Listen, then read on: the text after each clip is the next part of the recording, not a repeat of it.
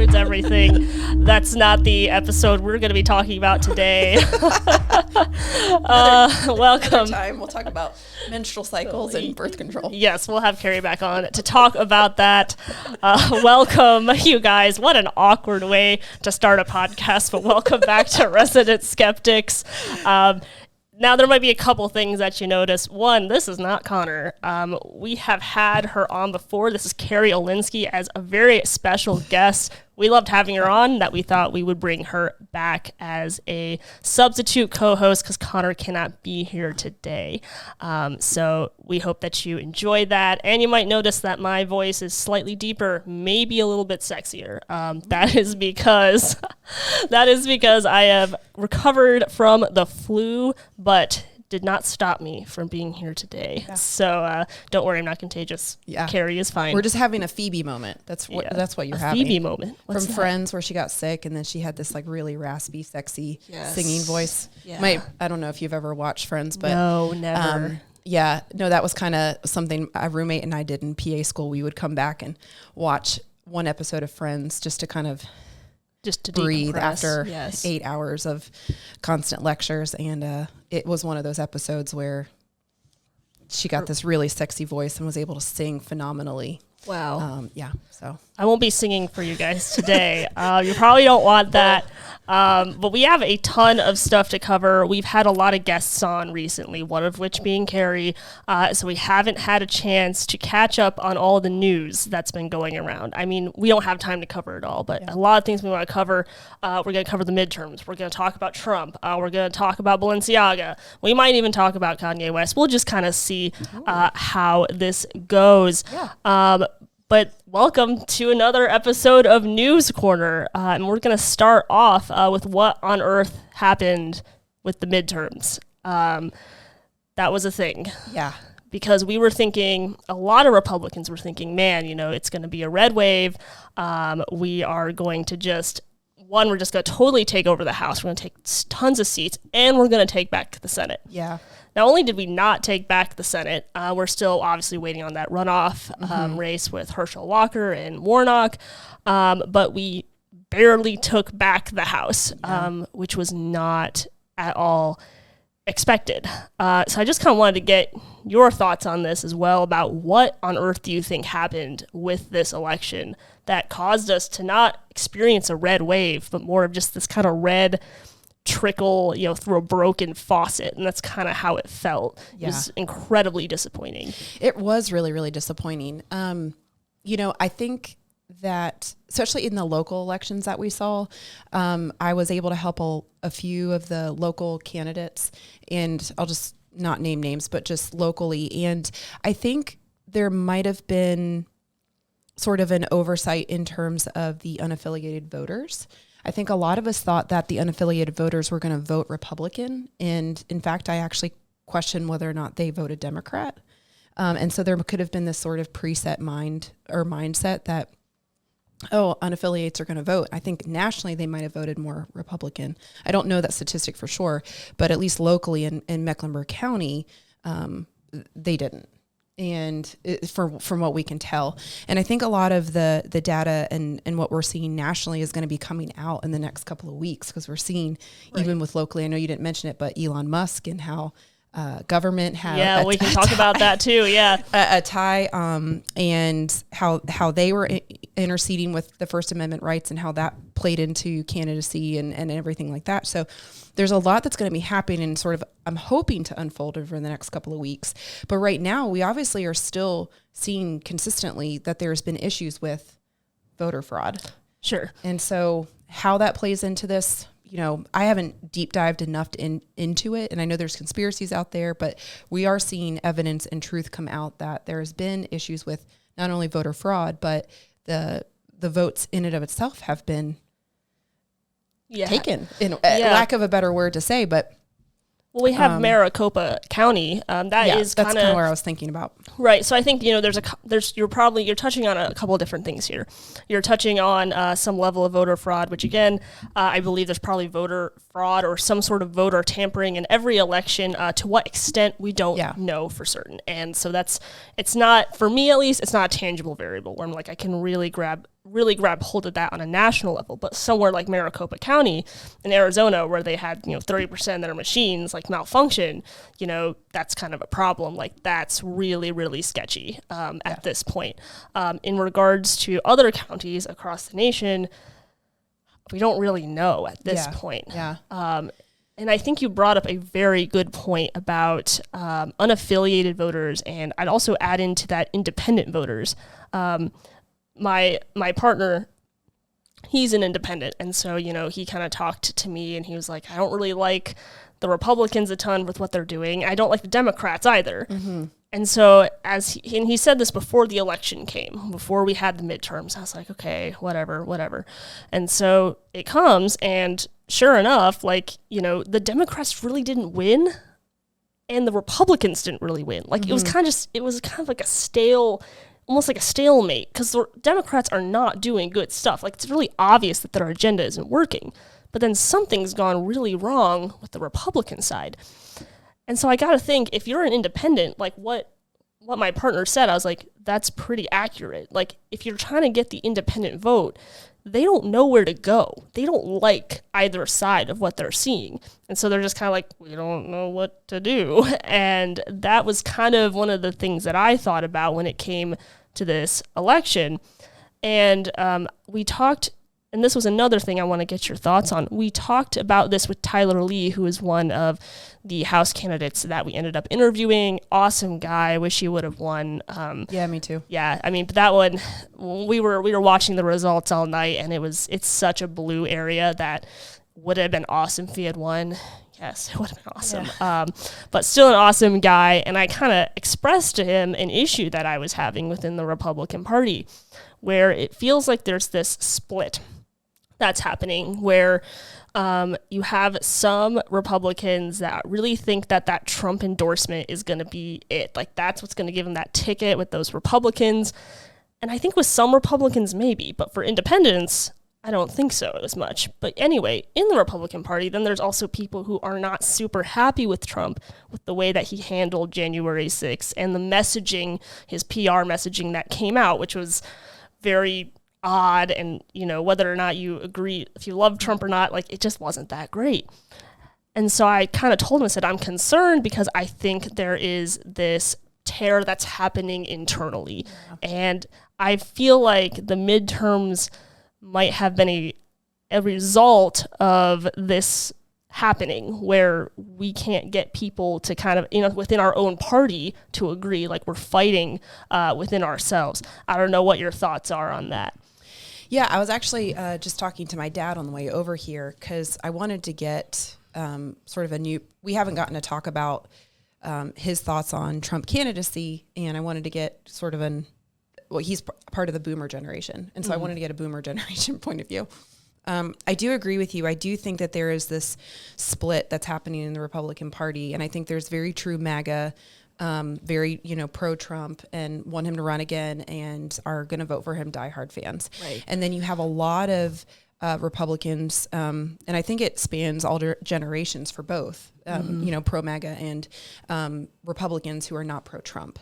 And, and I've talked with a lot of individuals, candidates, not candidates, young, old, or older, I should say. And there's a lot of people who liked Trump as a president, but they don't obviously like his political stance and actually feel that they would vote for a different candidate. So to your point, I think there is this split, and I think we'll just have to see what the next coming weeks will show. But, I don't know how much more of a thought I kind of have on that, but I do agree with you that there is this split. But I will say one thing is, with me, I don't know if this is the difference between younger independents or older independents, because I've talked to a lot of independents, and at least from my experiences, a lot of the independents were actually voting Republican because they did not like to see where the Democrats were doing with it, or where they were going and what they were doing. And I think what Republicans, at least this is my perspective, is Republicans saw how bad Democrats were doing things and how much division and how much aggression was coming out from that side, that I think they assumed that more was going to happen from the Republican side. And maybe that was a bad assumption, or are we still dealing with things like Maricopa County that have just been so vocal, but we're not seeing it publicized as nationally, so we don't know about it as much. But the things coming, what you were saying earlier, out of Maricopa County are just awful. Yeah, no, it's there is one thing for sure with Maricopa County. I don't know if there's fraud or not, but one thing is for sure, something's off. Something is definitely off, and so there is reasonable. There is reason for suspicion. Let me just put it that way. If anyone is like, oh no, there's nothing going on, it's like, you have every right to be suspicious at this point. If you take that long, you have cameras cutting out, 30% of your machines aren't working, the longer it takes to, tally up these votes, the more suspicious that we should be. And you know what? We're in a superpower country, and we can't. Florida went through a freaking hurricane, and they got their results in the same day. And then Arizona is intact and taking weeks. And I was doing stuff on Instagram about this, where I was like, oh, a sloth could travel across South Africa faster than, Arizona's going to count their votes. And it was just becoming so absurd. And so I think people have a right to, and this is another point too, is I think it's a really, really bad situation that we're in if both Democrats and Republicans don't trust the elections. No one trusts the election. And this is an interesting time that we're living in, for sure. It's very interesting. Yeah. And so I'm going to come a little bit into exactly what happened with the midterms. I do have a few articles, and this is the thing, and this will kind of lead us into talking about Trump's big announcement, which we'll get into that. That's a thing. But so a lot of things were very interesting about Trump in regards to these midterms is that he ended up endorsing quite a few people. But there's a lot of reports that he really didn't give any money, not as much as he should have been giving. So he didn't put a lot of financial stake into these elections. And he's like, you know what, I'm going to endorse a certain amount of these candidates. One of those candidates would be Emmett Oz, okay? And so you have someone like Emmett Oz, Herschel Walker. These are not fantastic candidates. They're, in my opinion, they're not very good. No. They're very bad. But he picks them, it's like, because, they got good showmanship, all this stuff. And so it kind of tells you where Trump's brain kind of goes, where he's like, if they're just like a good showman like me, then they'll be okay. But at the end of the day, they are kind of crappy candidates, which is what made me think that the reason why we didn't have that turnout for Republicans is because, one, we had some level of Trump endorsement, which was kind of an iffy, will this work? Will this not work? And then secondly, the candidates also sucked. And that was kind of the thing too. And not in all places. Obviously, Emmett and Herschel, there's those are two of them out of, we had our own candidates here in North Carolina, and I thought they were good candidates. I thought they were good. Are you talking state-wise, or are you talking more local? More local. Okay. A little bit more local, because I don't know about the entire state. All I know is at least we got Ted Budd. Ted Budd did make it in. Then we got Michael Stating, the judge. Yes. We got him in. All the Republican judges got in. Which is good. Which is huge. It's good still, stuff. I wish we're running into a part where I actually talked to a prosecutor for Mecklenburg County, and I was like, hey, why isn't there more, I know this is kind of a side tangent, but why isn't there more judges that we can get running, more Republicans? Because if you looked in at least Mecklenburg County, there was 10, 13 seats that were unopposed to the Democratic judges. And she's like, yeah, it could be more money, but it's also to them not as, I wouldn't say entertaining, but it's the type of work that you have to do as a sitting judge on the court. And they're like, some of that doesn't attract a lot of lawyers to want to run for a judge position. Yeah. And so, but there's also, those are two very easy things to pick. We talked about a lot of different things, but she just said that, it's not everyone's interest to run for a judge, and it takes a certain kind of person. And so, I wish there was more people running Republican, at least just to give an option to choose, regardless, but it's true. We just don't, it's not as easy as like me just kind of picking up and running for city council. Right. Judges are, you have to have that expertise, that's a different beast. Yeah, absolutely. But I am happy that all the Republican judges, even in Mecklenburg County, got in. Yeah, like Matt that's Osman big. got in. He's a really great guy and has tons of experience being Navy JAG. So there's a lot of great positives there, but I hope that we can see more of that across the board. Yeah, no, I agree. So, I mean, again, we didn't have very good candidates. And so the issue that I'm seeing here is a lot of the things that he does, Trump is like, okay, I'm gonna endorse these people. And then he kind of like blames them when it doesn't go right. It's almost very childish to a certain extent. And so there is an interesting article by Daily Wire just about Trump attacking a Republican U.S. Senate nominee, Don Bolduc, for losing after Trump endorsed him. And this is what Trump said. Don Bolduc was a very nice guy, but he lost tonight when he disavowed, after his big primary win, his long-standing stance on election fraud in the 2020 presidential primary, Trump said. Had he stayed strong and true, he would have won easily. Lesson learned. But according to this article, he lost by 8.8 points.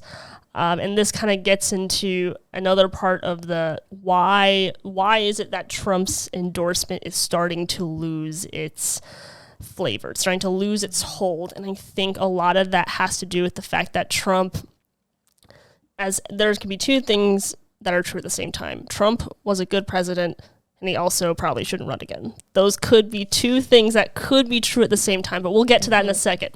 But with this, a lot of the things that he's harped on for the last 2 years, that the election was taken from me, all of this stuff. And listen, you might have a different opinion on whether or not the election was stolen, right? So that to me isn't really the arguing point. The point is that at this point, people, they care, but at the same time, they're really tired of this line where it's like, hey, our gas is up, our grocery bill is up. We are more domestically insecure than we've ever been. We're more globally insecure than we've ever been.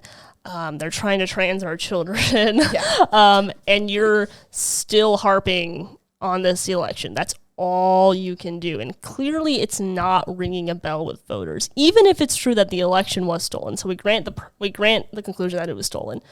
People still are not wanting to hear about it a ton.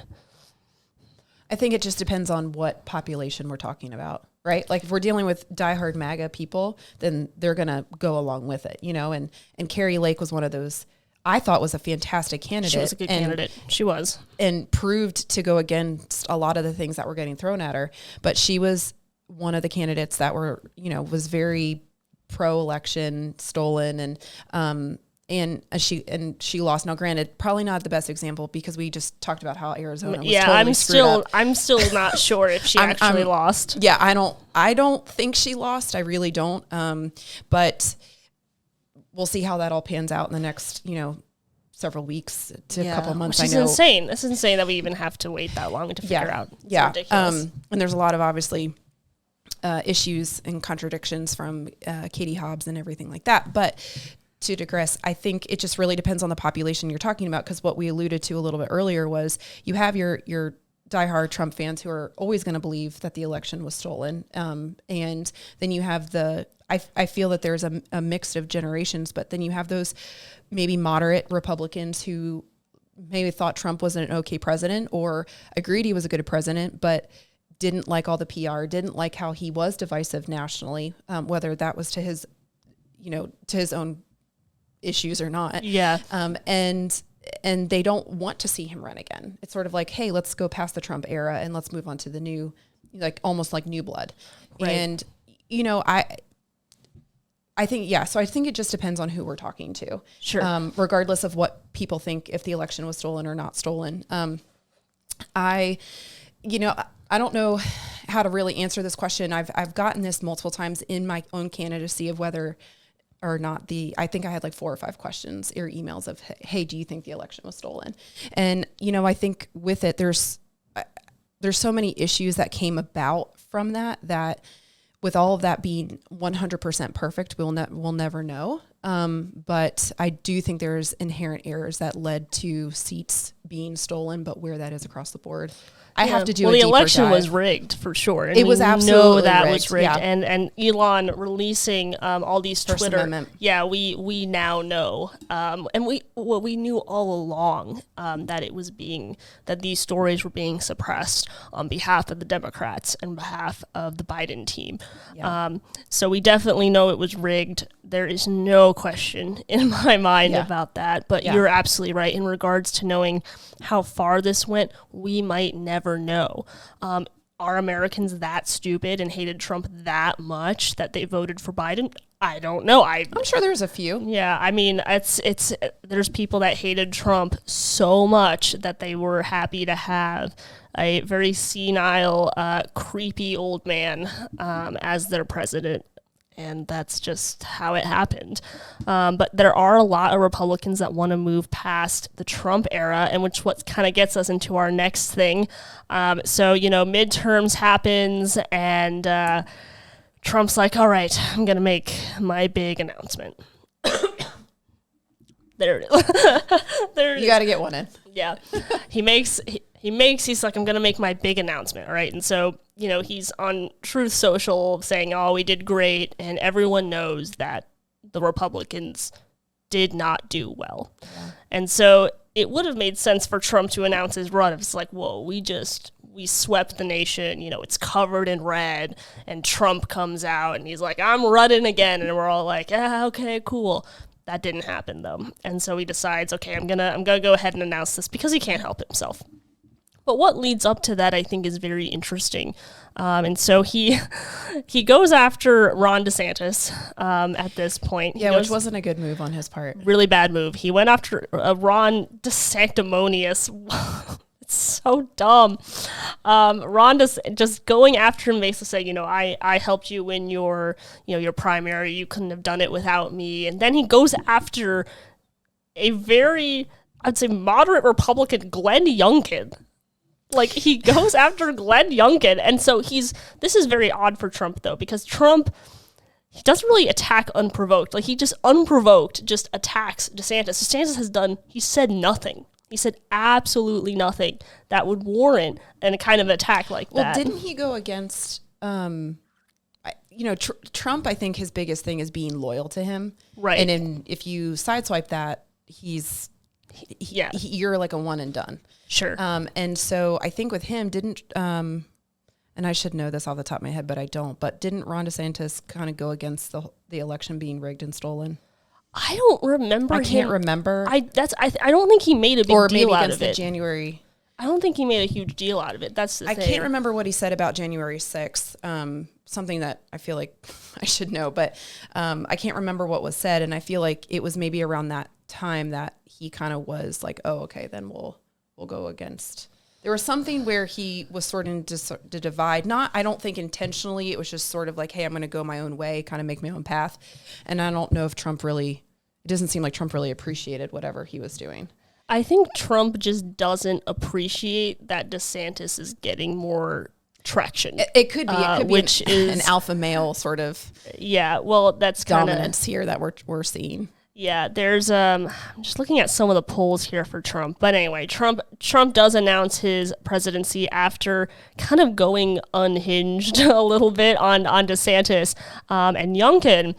And so there's a lot of mixed results. Obviously, you're correct. In some areas they felt really good about it. And, it is important to note that areas where Trump was already very popular, like those seats were won. But in the areas where Trump was kind of an iffy, like that, those is where those seats were kind of lost. So you make a very good point there that he did definitely win some areas, but those ones were more expected for him to win. I think my dad said on the way over here, don't quote me on this, and it might be good to kind of look over, but I think out of the people that he endorsed, I think only 20 lost, but they were more kind of purplish areas or highly contested areas.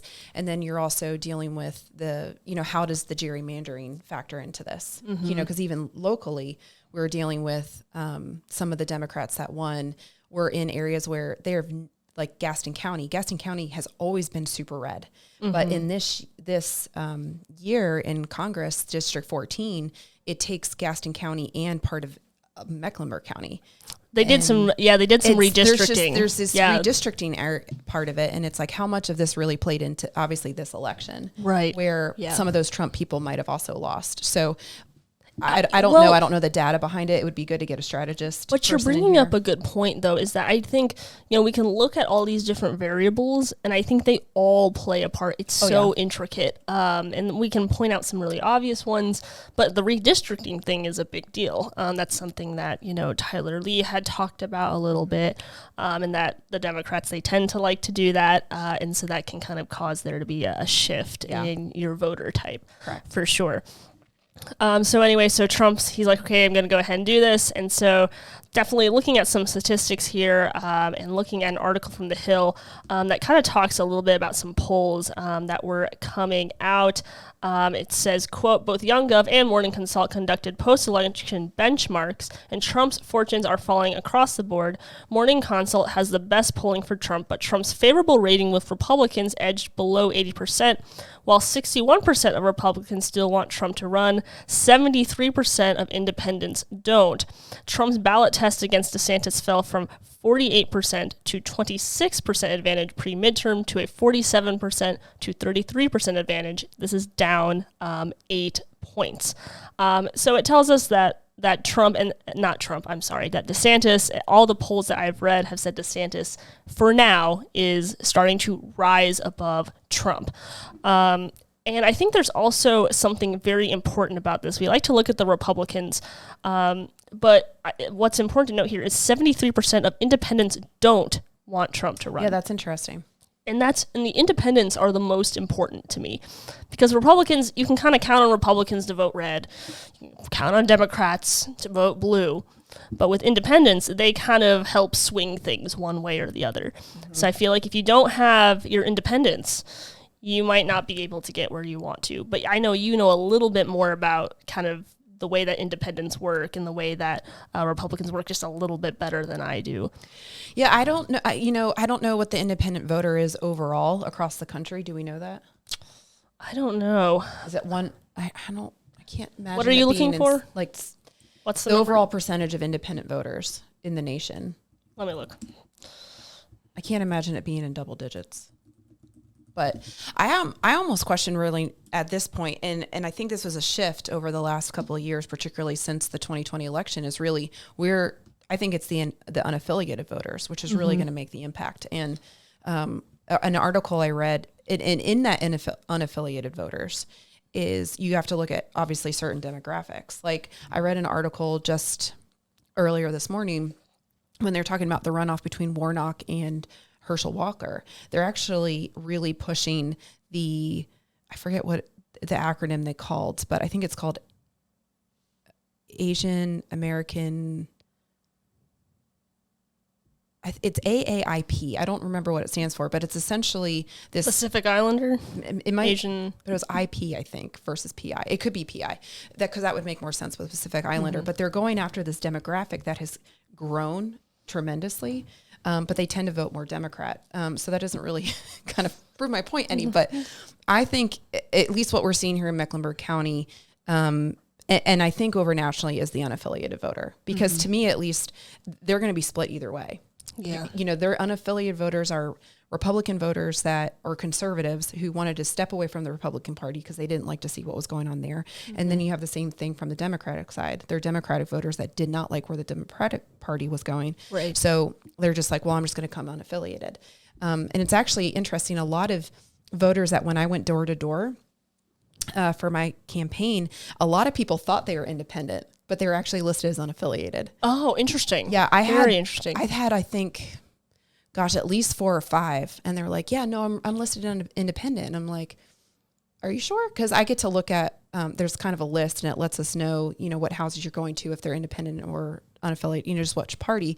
And I said, well, it says that you're listed here as unaffiliated. So I don't know if you want to be independent. I said, You should and we actually talked about the pros and cons of that and just kind of gave them a little bit of education in terms of pros and cons of being unaffiliated versus independent. Right. And I said, go make your decision, but you're listed as unaffiliated. So a lot of people thought that they were switching to independent voting and they're not. So very interesting. Yeah, but I think the unaffiliated voters are really what's going to be the interesting part of the upcoming elections. Yeah, no, that 2024 election is going to tell us quite a bit. And, you know, in regards to, cause we're going to get a little bit more into this Trump and then bring DeSantis into this situation because we already have, because he goes ahead and he attacks DeSantis, and then he kind of, it's this unprovoked, strange attack. And then he gets up and he does his speech, right? His speech is about an hour long. Admittedly, I have not listened to the whole thing because I don't care to. I've listened to as much as I need to, and it was a good speech. Like, it was a good speech. But still, he had that mixed reaction. And this has kind of been my opinion regarding what's going to happen with Trump and DeSantis, because I've had a lot of time to think about it. I don't have all the strategy, you know, stuff in my head and all the different variables. But I thought about one thing where you have inflation's up, we have a lot of domestic vulnerability, we have global vulnerability, we have a lot of uncertainty.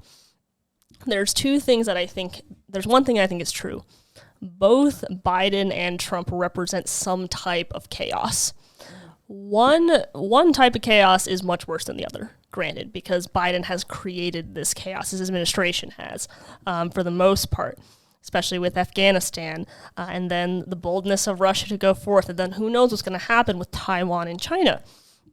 And so then you have Trump, he could give a good speech, a decent speech like he did at Mar-a-Lago, and then the next moment, he could go on Truth Social and say something completely weird and out there. He's chaotic in a completely different sense. We can't count on him to have a consistent character because I think he's always trying to push down his own narcissism. And he just can't, it just kind of keeps coming back up. And so they're okay, we got the speech planned, and he does the speech and it goes well, and then he just can't help it. And then he has something to say. And it's interesting because this just came in a little bit ago. This was on Saturday, where I don't know if he means to do this. Again, this is the problem. He doesn't think before he speaks. This Truth Social tweet, I'll actually just go ahead and read it. It's the English isn't even that good. Okay, so with the revelation of massive and widespread fraud and deception, this is in caps, in working closely with big tech companies, the DNC, and the Democratic Party, do you throw the presidential election results of 2020 out, that is also in caps, and declare the rightful winner, or do you have a new election? A massive fraud of this type and magnitude allows for the termination of all rules, regulation, and articles, even those found in the Constitution. Our great founders did not want and would not condone false and fraudulent elections. Okay. When you call for perhaps changing the Constitution, again, I don't know if that's 100% what he meant, but either way, he can't form a good sentence. Like, he's not good at forming good thoughts.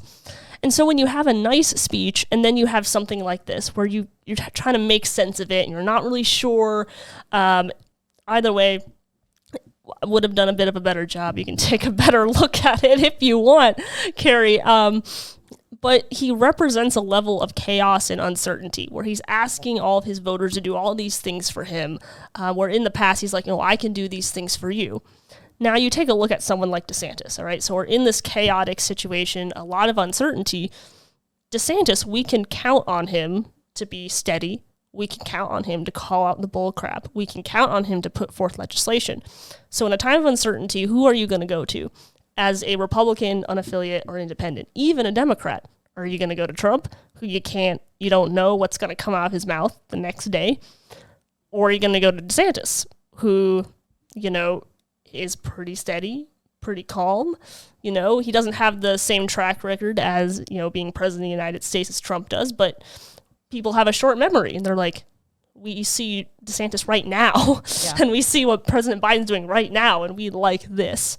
And so that's kind of been my overall theory for why I think DeSantis, on a very base level, I'm not bringing in a ton of politics, I'm just saying human emotion wise, why DeSantis might look like a better candidate than Trump does at the moment, whether you're a diehard Trump person or not.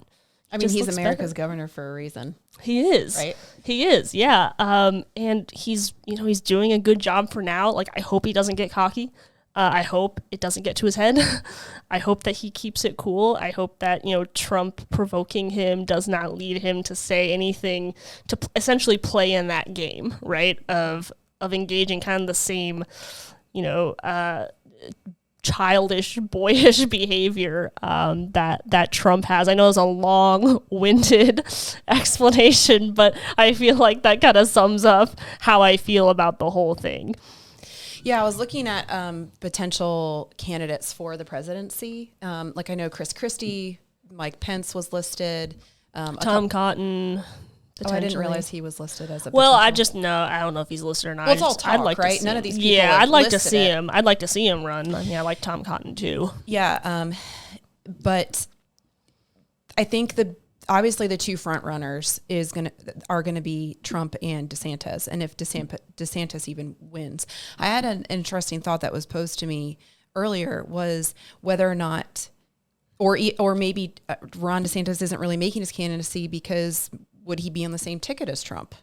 And I don't know if I see that. But to that point, the person's like, well, if he's going to be on the same ticket, he would make more of an impact as governor than he would as vice president. And so it'd be worthwhile for him just to stay as a governor of Florida and just make that state better, even better than it is, than being in a vice president role. And I do agree with that. I do. I would agree with that as well. Yeah. I don't know if Ron DeSantis is feeling pressure to be thrusted into the presidential candidacy, because he's alluded. I'm sure he wants to. I'm sure he wants to run. It would be surprising if he didn't want to run. Yeah, but whether or not this is the right time, like, is he going to choose to go against Trump? Because that obviously is going to make news and just I mean, it everything did. Cross. It did. It already has, and I think he's been doing good at trying to just push it down and he's doing the right thing, in my opinion, because Trump has announced this way too soon. He really should not have announced it. It would have been in his best interest, but he can't help it. Yeah. He can't help it because he loves himself. The guy listen, it's true. I don't know how, like, there were people in 2016 who's like, well, I'm not voting for him because of his character and voting for what he can do as president.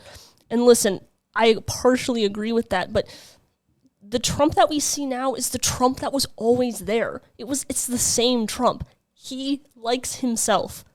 He's a narcissist. He likes himself. He did some good stuff as president, though, so we can appreciate that, right? I can appreciate that. Say he did a good job as president. Don't want him to run again, but he did a good job. And this is the same case. This is the same case. He still likes himself, and that's why he can't help it. He's got to say something. He's got to say something outlandish, and then as people tell him, hey, take it back. It's like, okay, I'll take it back. And then he just jumps right back out again. Like, he can't stop himself.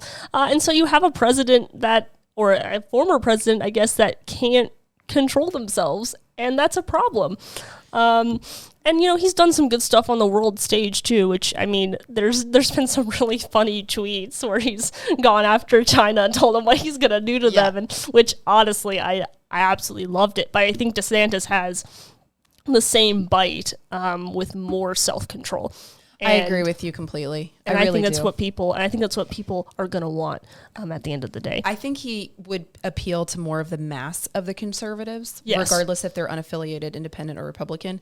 The masses, I think Ron DeSantis will. Trump is obviously going to be divisive, like we talked about earlier. I do think there is control.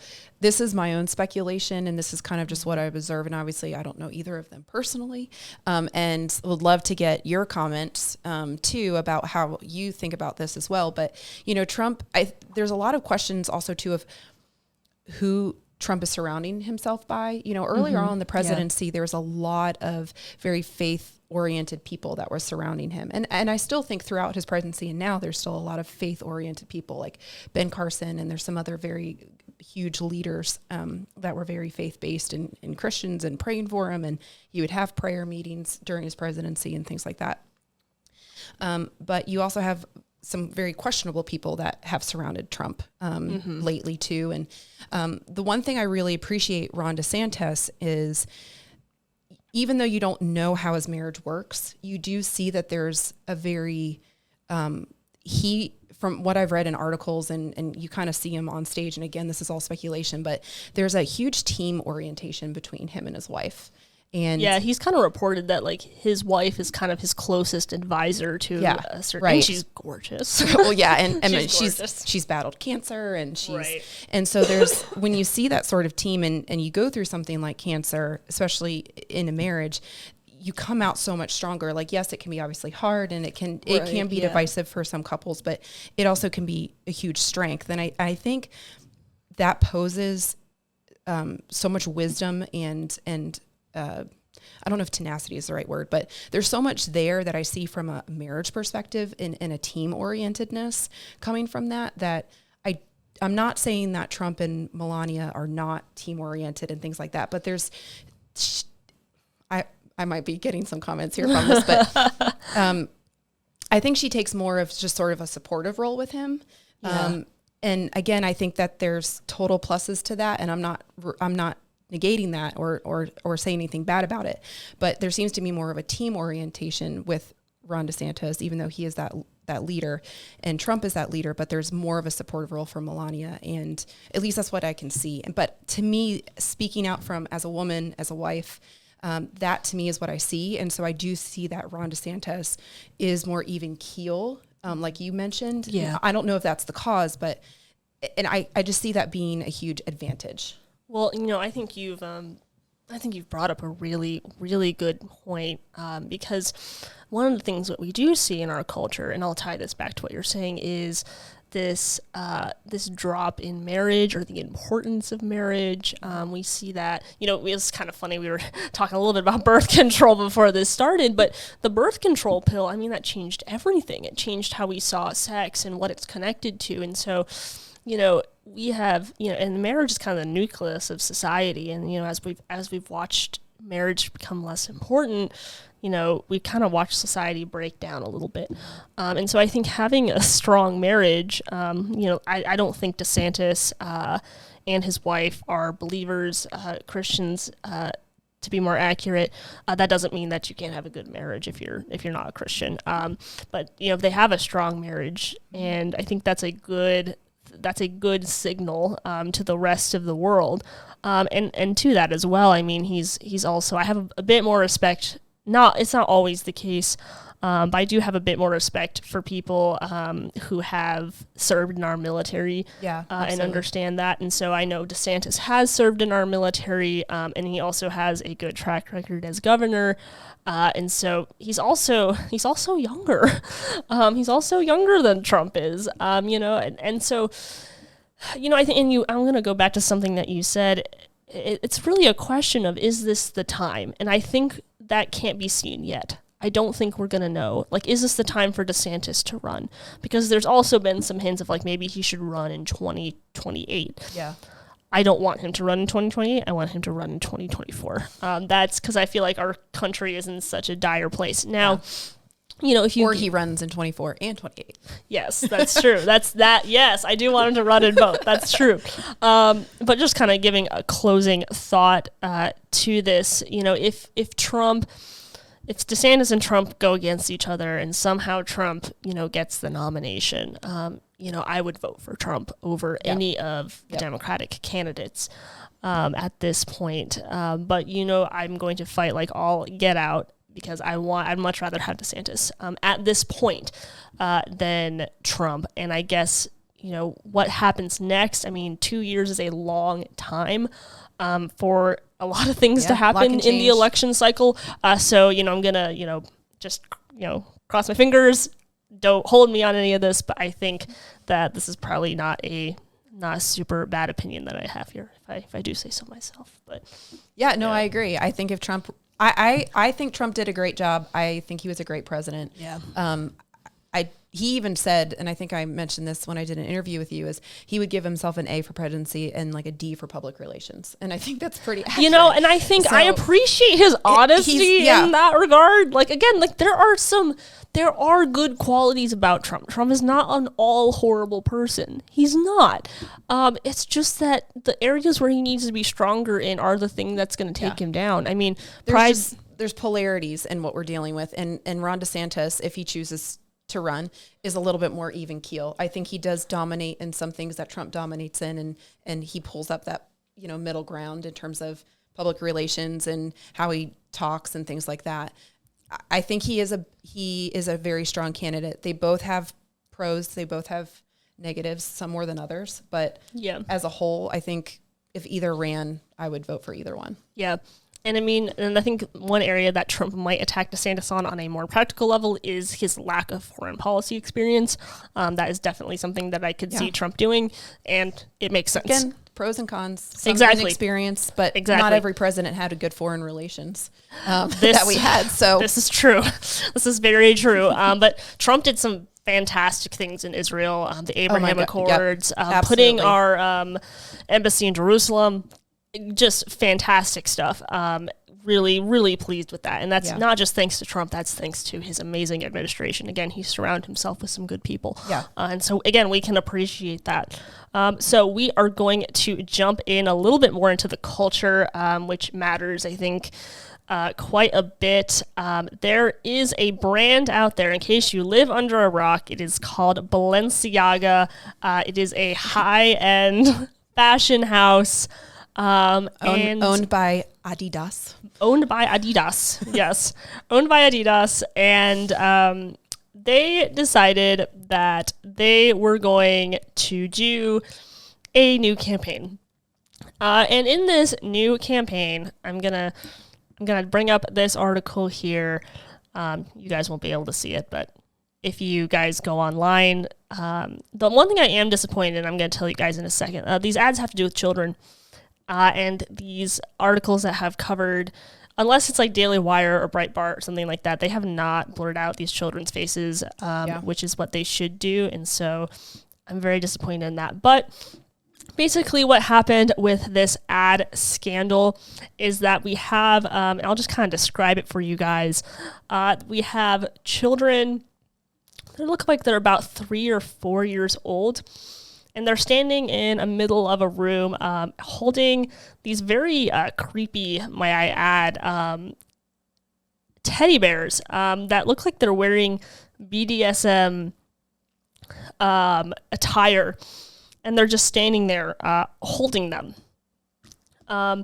And also around some of these things that's notable is like some of the pictures, they have like wine glasses, alcohol, dog collars, some really, really disturbing stuff that I was just like, okay, this is not good. And so this caused a lot of controversy.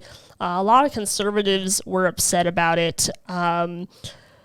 I want to say there's people who were not conservative who were upset about it too, which makes me happy. But what was very interesting here is that Balenciaga, they're like, okay, we're going to go ahead and give an apology. And so their first apology comes out and they say, I think they put this on their Instagram, and they said, quote, "We sincerely apologize for any offense our holiday campaign may have caused. Our plush bear bags should not have been featured with children in this campaign. We have immediately removed the campaign from all platforms." Now, here's what's interesting about this apology.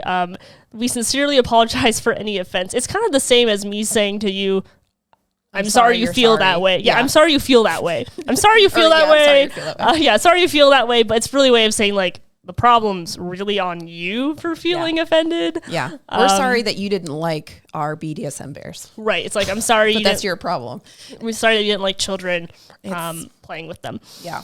And so this did not cut it. And so they came out with another apology for another image that they had taken that had to do with, it was a bag. There was this just kind of a purse bag, and on top of it were a bunch of underneath it there was a bunch of papers.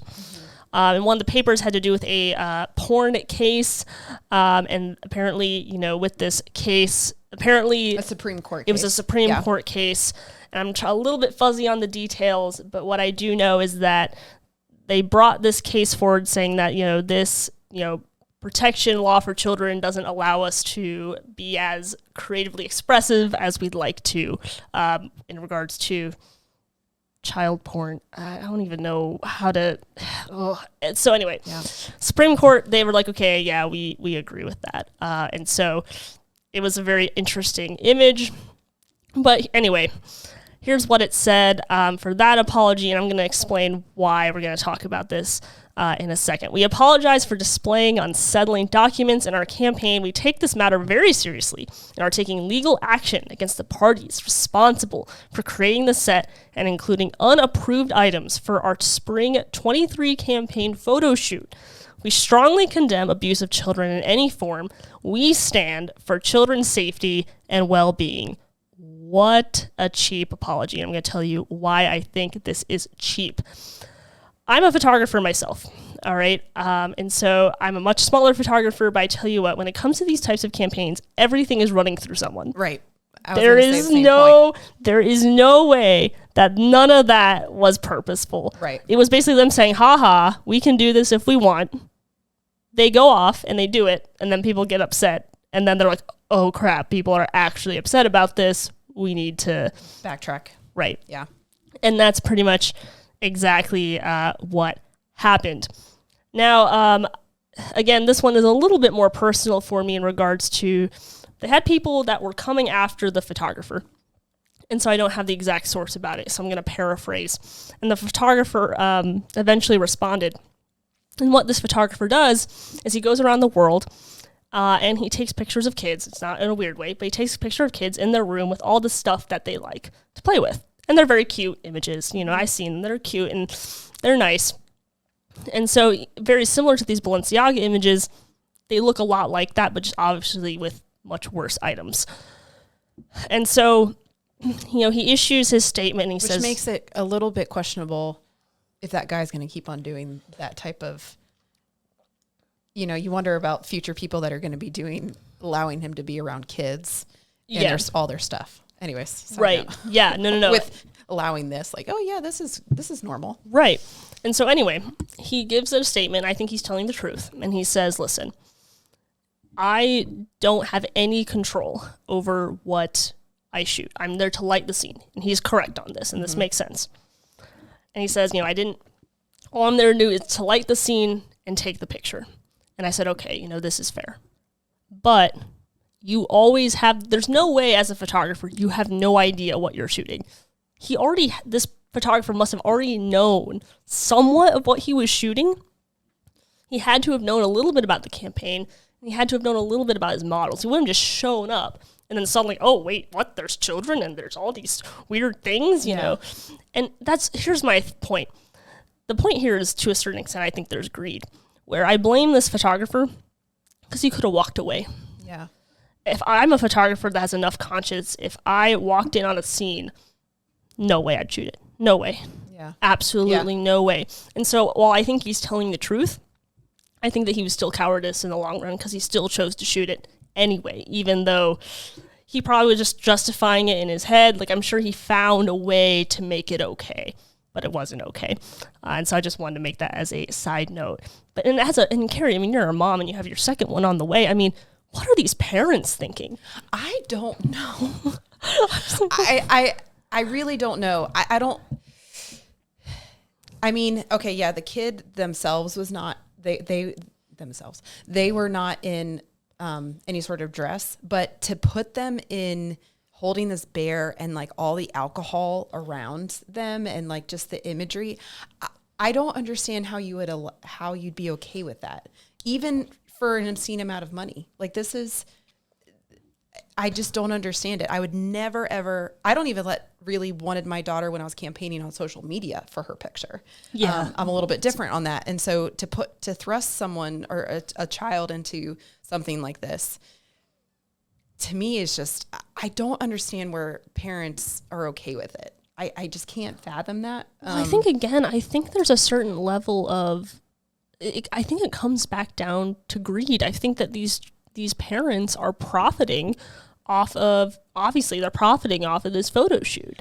And they might have also said, oh, this is my in to try to get them into advertisement or and it's into worth photos it. Or whatever it is. It's like that stepping It's just stone, a small thing. Yeah. But it's a very small evil door that they're just allowing their kids to kind of run through. And so, it's, I don't agree with it, obviously. Right. Cause you can't blame the kids. They don't really know what they're doing. They don't. And so you have these parents that, I have to think that these are the type of parents that are chasing fame for their children and are living vicariously through their child. And they're willing to kind of compromise on these things. Like, cause if you look at the pictures, good time getting over the flu. If you look at these pictures, I mean, the kids, thank God, they're fully clothed. They're not, they're not wearing anything. It's just the things that are around them. Like, I think that's honestly what makes it a little bit more sinister to me. Like, they look so innocent. Yeah. And it might have been that that's what the parents were okay with. It's like, okay, they're not doing anything. They're not wearing anything. It's just they're holding this bear, and maybe that was okay. And you kind of get into, okay, well, there's obviously parents who are okay with drag queens being around them, telling them in story time. And there's obviously very, very big differences in how parents feel what is okay around their children. But you're hitting on a much bigger point, though, is that the point is to sexualize the children. Like, and that's the thing. Like with Balenciaga, this was not like them. They're like, oh yeah, this is cute and fun. And they knew exactly what they were doing, and they got caught, and that's why they apologized. I'm glad there was such an outrage and it got pulled, because you almost wonder if it was something so religious or so conservative that the other side would be very vocal. They're very good at being vocal and making a stand. They're excellent at it. Who knows if it would have been pulled. So it was great to kind of see this almost kind of a win for the conservative side for something like that to be pulled. Yeah. In a way, I don't know if you can claim it, but it is kind of good to see that was pulled and so quickly. But to your point earlier, there were so many stages, so many people, managers that must have gotten handed off to check, oh yeah, this looks good, this looks good, this looks good. That for Balenciaga to punt it to the photographer or to just say, oh, we don't know how this made it through our campaign is just... Yeah, it's treating us like we're idiots. Yeah, it's treating us like we're stupid. We know. Come on, just own it. Yeah, we know. Yeah, and it does get a lot more sinister than this. A lot of people after this campaign, and I think Balenciaga is going to start hurting from this because I think there is enough of a public outrage. It seems as if this type of photo shoot doesn't just come out of nowhere. Evil grows like a root. And so they had someone, they claim that she's not there anymore. But that does not mean that her impact does not live on in any way. Oh, yeah. One of their Crave directors, I want to say a Crave director. Let me look here to be certain. Her name is Lada Volkova. And I think she's a stylist with Balenciaga. And I've had the horrible misfortune of seeing her images and... awful. I can really describe one of them for you. It's a woman holding two baby dolls covered in blood. And there's another one with, satanic symbols. Thank goodness someone has... Yeah, there's another one with children holding a skull up. There's also been some pictures that she's taken of children bound, topless, in heels. Things I can barely look at them. And so you can't tell me that even though this woman is no longer there, that she hasn't brought in a ton of other people that have very similar views on these types of things. And it's just disturbing. It's terribly disturbing. And it's really sad that we haven't even cared to notice it until now. And I think what's even more sad is it took Kim Kardashian. Kim Kardashian loves Balenciaga and plastic surgery, but she really loves Balenciaga. And For 6 days, she said nothing about it because she's dripped head to toe in them. Finally, she comes out and she says something. She's like, okay, I'm going to reevaluate my relationship with the brand, which translates to, I'm not going to stop wearing Balenciaga. Mm-hmm. And it was interesting that a lot of other celebrities, the public outcry was insane. Celebrities, nothing. Right. Nothing. I even tapped, and I knew I wasn't going to get an answer, but I even commented, Hailey Bieber, formerly Baldwin, also wears Balenciaga, and I asked her, and I'm always kind, and I say, listen, you're very quick to talk about gun control, very quick to talk about gun control and abortion and all these others. You're so fast at it. Do you have anything to say about a brand that you wear that has participated in child exploitation because you say you're a professional Christian, so I'm just going off of what you've said. Yeah. Will you please do this? And obviously, I'm a small person, so that's not, but my whole entire point is these celebrities are so quick to jump on these other issues, and they're not willing to jump on this. They're silent because they're scared. I think they're genuinely like, oh no, they won't invite us to their shows anymore, and they won't give us clothes.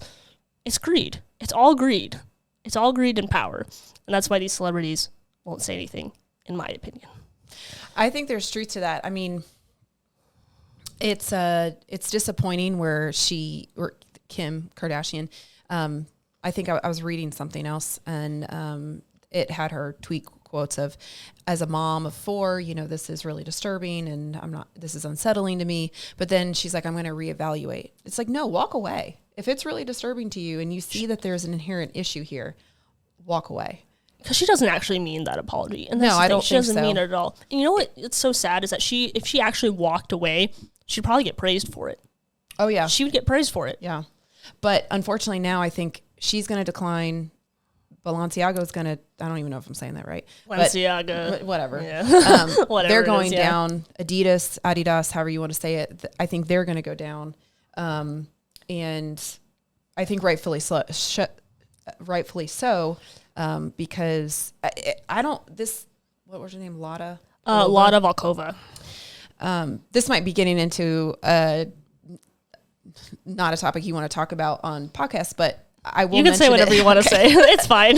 But I do think that when you have those type of people, and I've worked in those environments, there's a spiritual warfare, and people who are believers, right. They understand this, and whether or not she was still there and had some sort of piece of it, or whether or not it's just the remnants of that, there is that sort of that evil kind of spiritual aspect that still plagues that place, or could plague that place. And I still think that could have had ties into this campaign, and whether it be in the spiritual realm or in people or whatever it is, but her influences were still present, and that's obviously evident there. And so I don't see that changing for the future of Balenciaga. They might tailor it down, but at some point they're going to bring it back out. Yeah. No, I agree. So. I agree. I don't think it's just going to go away that easily unless you root out the people that are there. And Kim, who also claimed to be a Christian. Yeah. Whatever. Again, I'm not going to judge her. I don't know her personally, and I haven't followed her or listened to anything she has to say. So I have no idea where she is. But, it's like, okay, where are you there?